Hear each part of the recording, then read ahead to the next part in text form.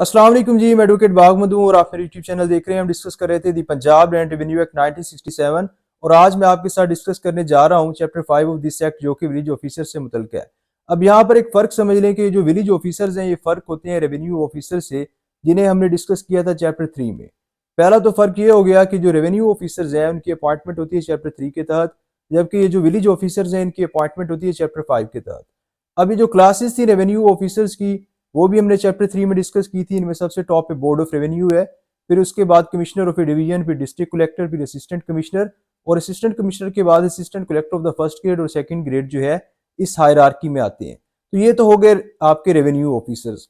अब ये village officers कौन होते हैं? देखें, विलेज ऑफिसर कोई भी ऐसा बंदा है जिसे अपॉइंट किया गया हो for the collection of revenue of an state और उसकी सुपरविजन के लिए। और आपके जो टेपेदार्स हैं, इसी तरह से कानून गोज हैं, पटवारीज हैं, या और ऑफिसर्स हैं जैसे आपका लंबरदार है, ये सारे विलेज ऑफिसर्स हैं।